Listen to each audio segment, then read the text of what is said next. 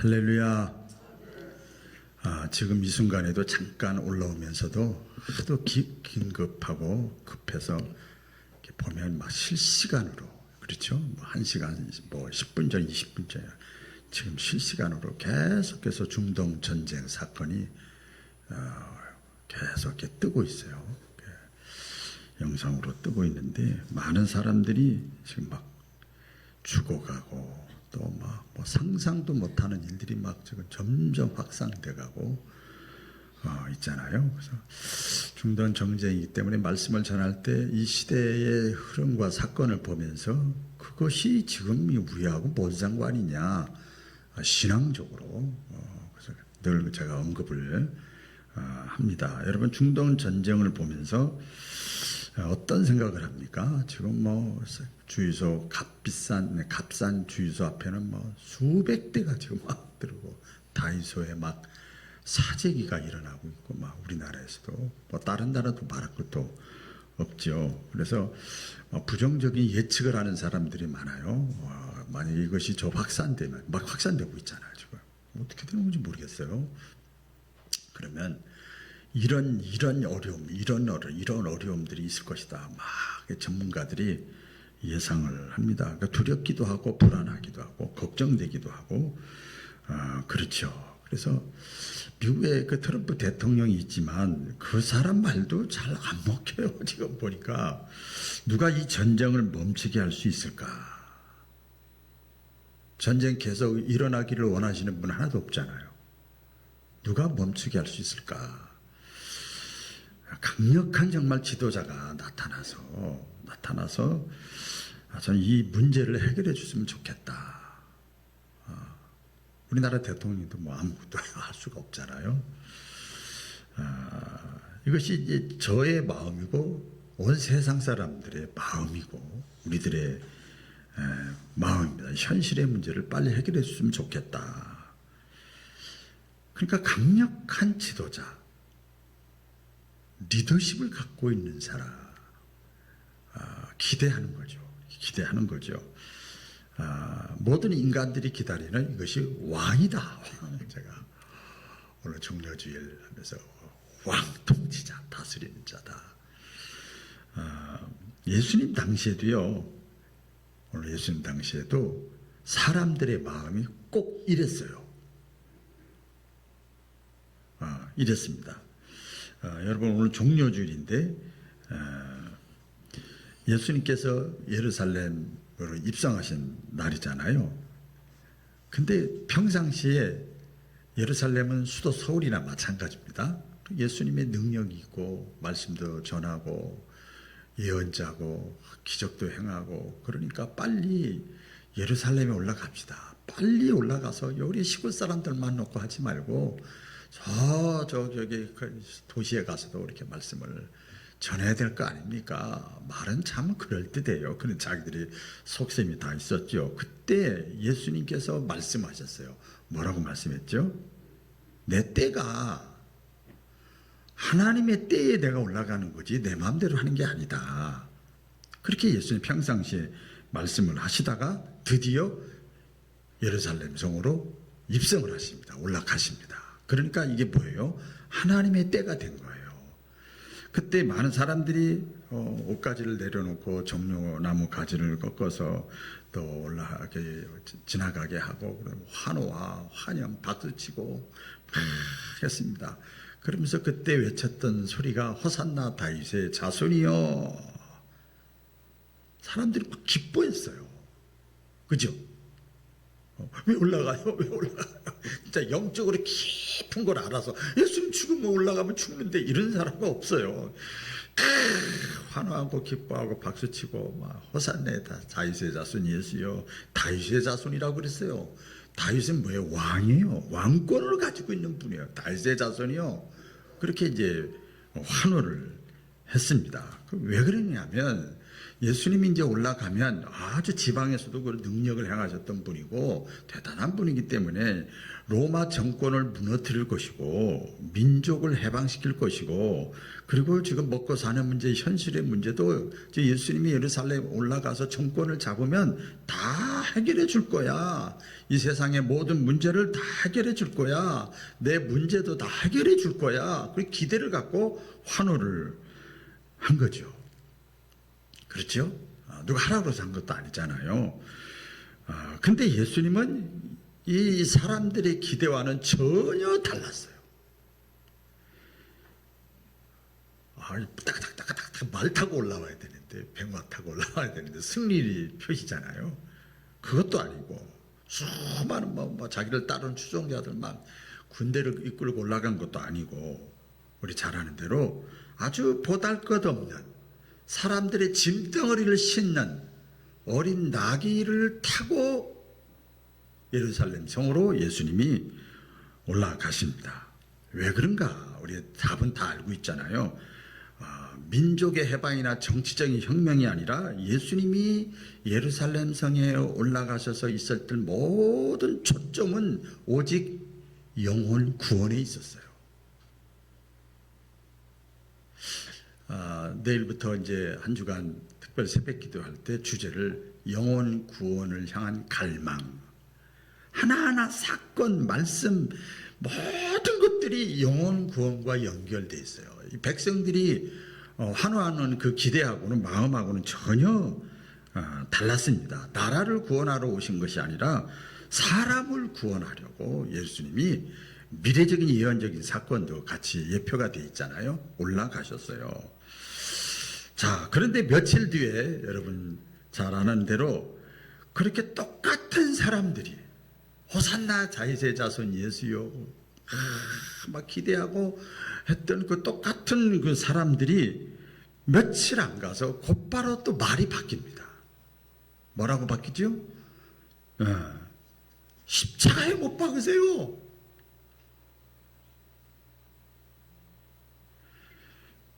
왜 그렇게 바뀌었을까? 사람이 그래도 몇 개월이라도 있다가 마음 바뀌는 건 괜찮은데 며칠도 안 돼서 마음이 바뀌었어요. 왜 그런가 하면 자기들의 기대하고 달라. 자기들이 생각했던 예수님이 아니야. 현실적인 문제를 원해서 왕을 원한 거예요. 내가 이 땅에 먹고 잘 살려고 교회를 다닌 거야. 이건 똑같은 거예요. 그래서 충성하고 봉사했던 거야. 그래서 내가 인내했던 거야. 근데 아무 전혀 반대 같아. 그러면 우리는 시험에 들고 낙심하고 좌절하게 되잖아요.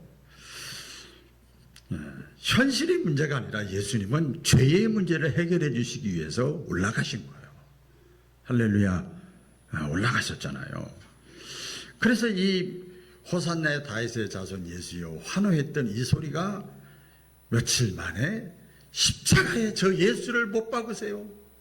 우리 사람이 그렇더라고요. 저 나하고 상관없는 사람, 1년에 몇 번 보는 사람이 나에게 뭐라고 그러면 아무렇지도 않아. 자주 보는 사람, 아내, 남편, 친구, 혈연, 거기서 기대와 어긋나면 막 실망되고 낙심이 되는 거예요. 예수님에 대한 기대가 너무 큰 거예요. 그 실망과 낙심으로 바뀌니까 증오로 바뀌는 거예요. 심리학적으로 그게 대리 만족도 있지만 대리 증오라는 것도 있어요. 자기 기대하고 틀리니까 십자가에 못 박으라고 합니다. 여기 사건이잖아요. 근데 이런 현상들은요, 어떤 면에서 보면 우리들의 신앙의 모습과도 비슷해요. 일이 잘 되면, 우리가 교회 다니고 신앙생활 하면서 일이 잘 되면, 오늘 성경대로 하면 호산나 호산나 그래. 호산나 호산나 하면서 어떻게 합니까?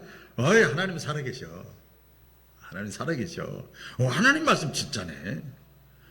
열심히 해야지. 그래. 하나님께 감사하고 하나님께 찬양하고 아멘 할렐루야 이렇게 한단 말이에요. 그런데 내 생각대로 안 되면, 일이 막히면 어떻게 돼요? 십자가에 못 박으라는 거예요. 왜 하나님이 제가 어릴 때 신앙생활할 때 항상 어렵게 살았지만 다들 이렇게 하다가 뭔가 생각하는 것이 너무나 기본적인 것도 생각하고 다른 현상이 벌어지면 제일 먼저 누구를 욕한 줄 아세요? 저희 어머니를 욕했어. 하나님은 안 보이니까 욕할 수가 없어. 예수님도 안 보이니까. 하나님하고 예수님하고 가장 가깝다고 생각되는 엄마가 제일 싫은 거예요. 미운 거예요. 교회에 나가는 것도 미워. 그때 기도하는 것도 미워. 막 욕을 하고. 괜히 어머니는 아무 잘못도 없는데. 하나님이 어딨냐? 일이 잘 안 되면 의심하고 원망하고 실망하고 낙심하고 불평하고.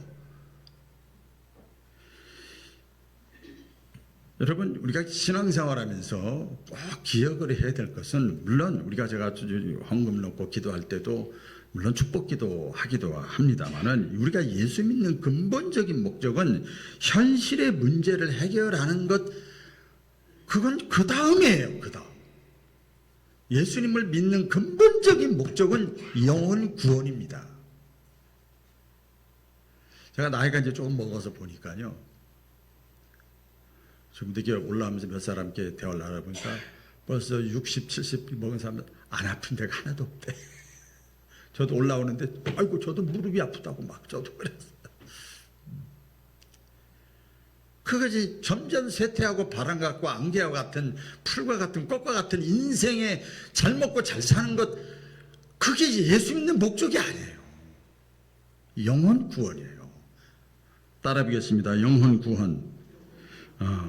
그래서 예수님이 예루살렘 성에 들어가신 이유는 분명합니다. 누가복음 19장 10절에 보면 인자가 온 곳은, 예수님 말씀하시잖아요. 인자가 온 곳은 잃어버린 자를 어떻게 한다고요? 가만히 있으면 돼요? 아니, 찾아가는 거예요. 잃어버린 자를 찾아 말로 찾고 차 한잔하자고 그러고 전화도 하고 먼저 찾아가고 먼저도 아는 척하고 또 찾아가고 찾아가는 거예요. 보물찾기 하듯이. 잃어버린 자를 찾아 구원하려 함이라. 그러니까 무슨 뜻입니까? 예수님의 관심은 이 민족의 해방이 그게 아니고 사람들의 영혼에 있는 거예요. 그래서 예수님이 40일 금식기도 하고 3가지 시험을 받으실 때 마귀가 3가지 시험을 했잖아. 첫 번째 시험이 뭡니까? 야, 너 배고프잖아. 현실의 문제 해결해야지. 돌덩이로 떡 만들어서 해결해. 너 능력이 있잖아. 그게 뭐 죄야? 그게 뭐 잘못이야? 잘 먹고 잘 살게 해달라는데 그게 뭐 잘못된 기도야? 이거는 똑같은 거예요. 오늘날로 말하면. 그랬더니 예수님께서 뭐라고 말씀하십니까? 사람은 떡으로만 사는 게 아니야. 사람은 떡으로만 사는 육신이 전부가 아니야. 뭐라 그럽니까? 영원히 사는 영혼. 우리 영혼이 영원히 살려면 하나님의 말씀이 있어야 돼. 말씀으로 사는 거야. 우리 영혼이 건강하고 영원히 살려면, 영생을 얻으려면 말씀을 먹고 사는 거야.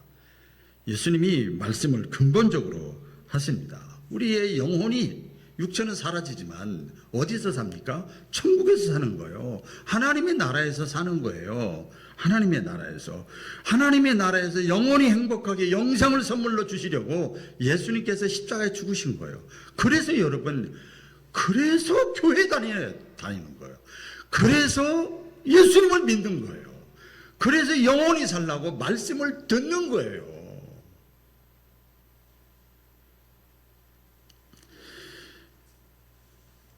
예수님은 그래서 우리 그 복음서에 보면 그 예수님의 그 행적들이 많이 나오잖아요. 당시 사람들이 외면했던 사람들, 잃어버린 정도가 아니라 외면하고 소외시키고 왕따시키고 사람 취급도 안 하는 사람들, 이런 사람들, 그러니까 병자, 죄인, 세리, 창녀, 이런 사람들을 먼저 찾아가셨어요. 그러니까 예수님의 마음은, 예수님의 말씀은, 예수님의 행적은 오직 잃어버린 영혼을 찾는 거예요. 거기에 있었습니다.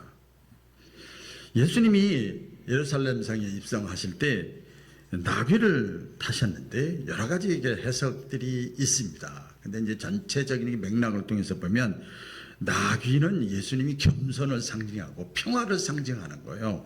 다른 말로 뭐냐면 예수님이 올라가셔서 십자가에 죽으심으로 불안과 초조와 낙심과 좌절에 있는 인생들, 소망이 없는 인생들에게 평안을 주고 소망을 주시기 위해서 가장 낮은 나귀의 모습을 타고 예루살렘 성에 예수님이 입성하신 거예요. 그러니까 값비싼 평화가 아니고 예수님이 주시는 평안, 십자가 앞에서 예수님이 내 안에, 내가 예수님 안에 딱 거하면 세상이 줄 수 없는 평화가 임하는 거예요. 할렐루야.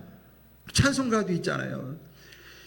내 마음속에 있는 세상이 주는 평안과 다르다. 내 마음속에 있는 이 깊은 평화를 빼앗아갈 자 누구랴? 안심일세. 그 무엇과도 바꿀 수 없는 평화. 이 평화 하늘에서 내려오네. 예수님은 군대를 이끌고 전쟁하러 오신 것이 아니라 십자가를 지시고 영혼을 살리러 예루살렘 성으로 입성을 하셨습니다. 그리고 나서 결국은 우리가 잘 아시죠. 십자가를 지셨습니다. 십자가사에서 죽으셨습니다. 근데 그것으로 끝나지 않았어요. 십자가 뒤에 뭐가 있었죠? 뭐가 있었어요? 부활이 있었어요. 따라 보겠습니다. 부활이 있었다. 예수님께서 십자가에 죽으셨지만 사흘 만에 다시 살아나셨다. 할렐루야. 다시 살아나신 거예요. 자, 그래서 성경에 오늘 또 본문에 보면요, 예루살렘 성에 예수님이 올라가는데 사람들이 막 또 못 뽑던 사람들이 있을 거 아니에요. 물어보는 거예요. 아니, 저 사람이 누구길래 사람들이 저렇게 환호하고 난리야? 그랬더니 예루살렘 사람들이 누군지 모르니까, 저 도시에 있는 사람이고 여기 나사렛 동네에 살던 사람이니까 모르잖아요. 그런데 누군가가 말해줍니다. 아, 갈리 나사렛에서 나온 선지자 예수야. 따라해보겠습니다. 선지자 예수야. 여기 누구라고 말은 안 했지만 중요한 장면이 있어요. 누군가가 예수님에 대하여 소개를 합니다.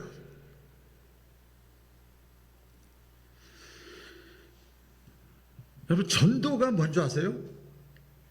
예수님에 대하여 말하는 거예요. 죄송합니다. 여러분, 신앙생활 지금까지 10수년 하셨잖아요. 예수님에 대해서 내가 경험하고 내가 체험하고 내가 깨달은 예수님에 대해서 한 조각이라도 말해주는 게 전도예요.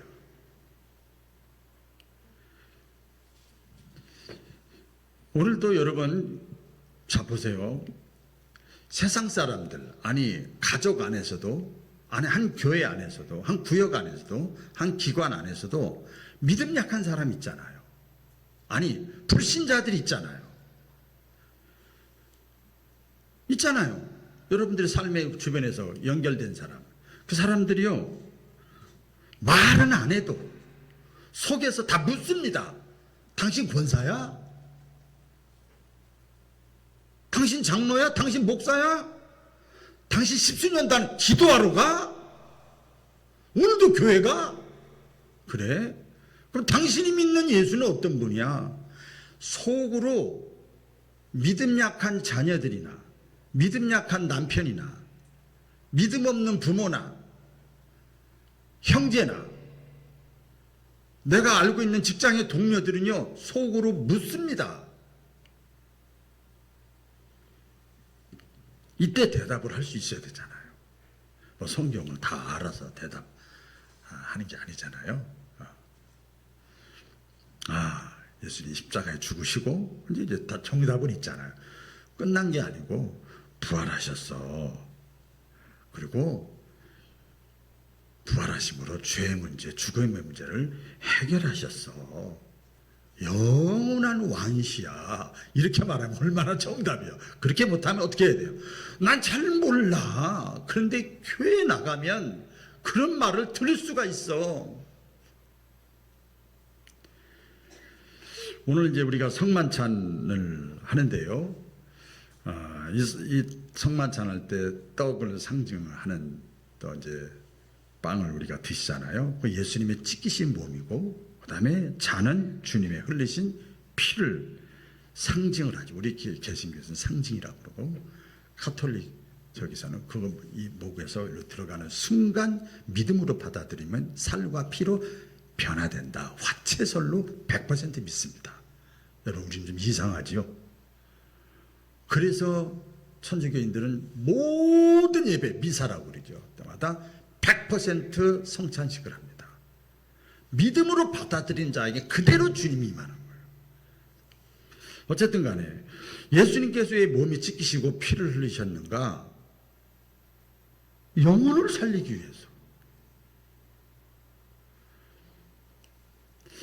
그래서 성만찬은요, 저와 여러분에게 사명을 줍니다. 어떤 사명입니까?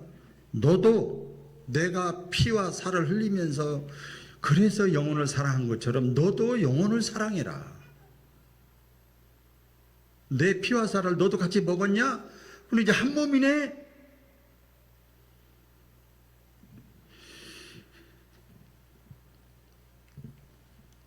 예수님은 환호를 받으면서 예루살렘 성으로 들어가셨지만 궁궐에 들어가신 것이 아니라 십자가를 향해 걸어가셨습니다. 그리고 죽으시고 다시 부활하셨습니다. 할렐루야. 이 종려 주일에 저와 여러분의 고백이 이런 고백이 있었으면 좋겠어요. 주님이 내 인생의 왕입니다. 주님이 내 인생의 주인입니다. 주님이 사랑하는 영혼 나도 사랑하겠습니다. 이것이 저와 여러분의 고백이 되어지기를 바랍니다. 기도하겠습니다.